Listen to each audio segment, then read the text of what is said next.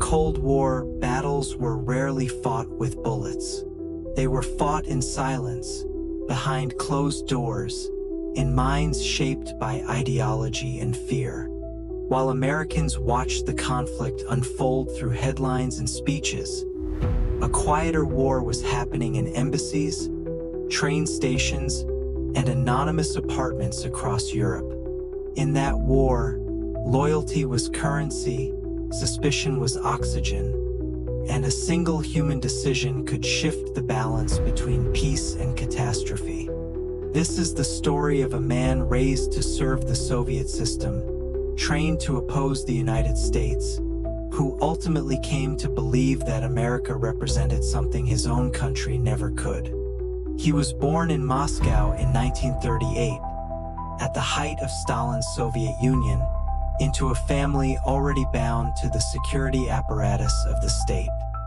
His father worked for the NKVD, the brutal predecessor of the KGB, an organization that did not simply enforce the law but defined reality itself. From childhood, he learned that the state was permanent, the individual was disposable, and obedience was survival. The United States, he was told, was decadent and unstable, a nation driven by greed and inequality, destined to collapse under its own contradictions. These were not opinions, they were facts in the Soviet worldview. By the time he entered adulthood, the Cold War was no longer theoretical. It was a lived experience.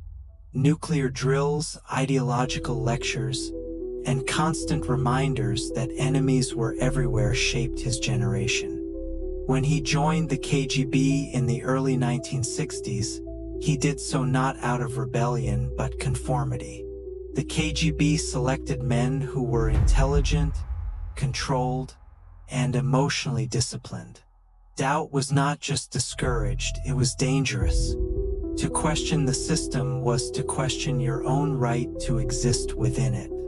Yet cracks began to form. In 1956, Soviet forces crushed the Hungarian uprising. Tanks rolled into Budapest, not to defend against foreign invaders, but to suppress civilians demanding autonomy. Soviet media framed the invasion as a necessary defense against fascism, but the reality was impossible to fully obscure. For many inside the system, including this future intelligence officer, Hungary planted a quiet seed of doubt. If socialism was truly voluntary and superior, why did it require tanks to survive? Years later, those doubts deepened as his career took him beyond the Iron Curtain.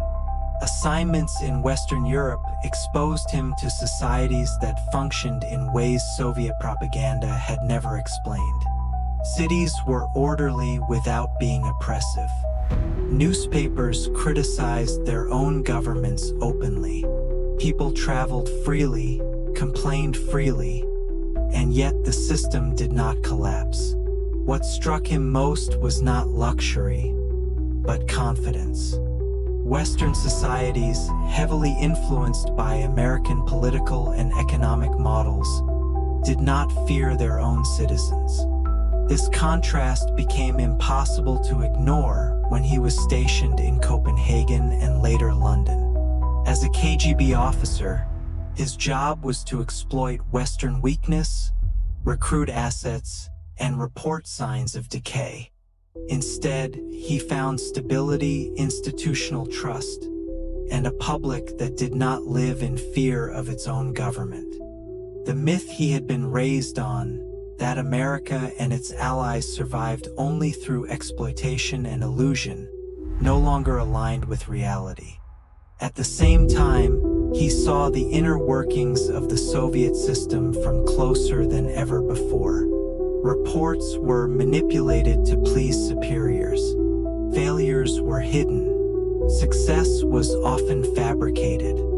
Intelligence analysis was shaped not by truth, but by what leadership wanted to hear. In contrast, Western intelligence agencies, particularly those working alongside the United States, valued accuracy over ideology. That difference would prove decisive. British intelligence noticed him not because he was careless, but because he was different. He asked questions. He listened. He observed without hostility.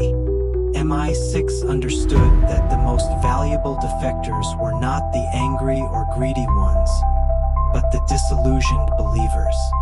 Carefully, patiently, they made contact. No threats, no pressure, just an offer, the chance to tell the truth. What followed was one of the most significant intelligence penetrations of the Cold War. For years, this KGB officer lived a double life, continuing his Soviet duties while secretly passing information to the West. He revealed operational methods, identified undercover agents, and, most importantly, explained how the Soviet leadership actually thought. This insight was invaluable to the United States and its allies because it replaced guesswork with understanding. One of the most dangerous moments of the Cold War came in 1983 during NATO's Able Archer exercise. Designed as a command and control drill, it simulated nuclear escalation with unprecedented realism. To American and NATO planners, it was routine. To the Soviet leadership, already paranoid and isolated, it looked like preparation for a first strike. Soviet forces quietly raised their nuclear readiness. This was the moment where intelligence saved the world. Through information provided by this KGB defector, Western leaders understood just how terrified and reactive the Soviet system had become. Communication was adjusted. Signals were softened. Escalation was avoided.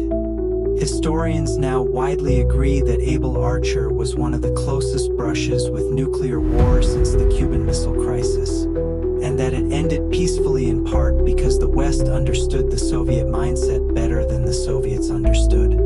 The West, aquí, but no spy remains hidden forever. By the mid-1980s, suspicion inside the KGB intensified. He was recalled to Moscow, a move that often preceded arrest or execution. There, he was followed, isolated, drugged, and interrogated. The KGB sensed betrayal but lacked proof. Instead of arresting him outright, they watched, waiting for a mistake. What they did not know was that Western intelligence had planned for this moment years in advance. A contingency escape plan existed, relying on subtle signals and mundane behavior. No dramatic chassis, no gunfire. Just patience, discipline, and trust, qualities at which Western intelligence, particularly in coordination with American strategic doctrine, excelled. When the signal was finally given, the operation unfolded with surgical precision. He traveled under surveillance, knowing a single misstep would mean death. Near the Finnish border, British agents executed the final extraction, hiding him in a vehicle and smuggling him out of the Soviet Union itself. It was one of the most humiliating intelligence failures in KGB history. The consequences were immediate. Dozens of Soviet diplomats were expelled from Western countries. Soviet intelligence networks were dismantled. More importantly, the myth of KGB omnipotence was shattered. The West had proven not just morally resilient, but operationally superior. In the years that followed, the defector lived under protection in the United Kingdom. His family eventually joined him. He advised Western governments, lectured on Soviet intelligence failures, and watched from a distance as the system he once served collapsed under its own weight. The Soviet Union did not fall because of one man, but men like him revealed its fatal weakness. A system that feared truth could never compete with one that welcomed it. For American audiences, this story is more than history.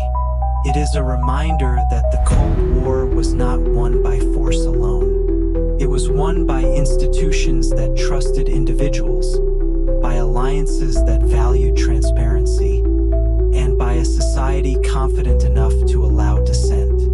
While the Soviet system relied on coercion, America relied on credibility, and that made all the difference. In the end, this was not just a story of espionage. It was a story of choice.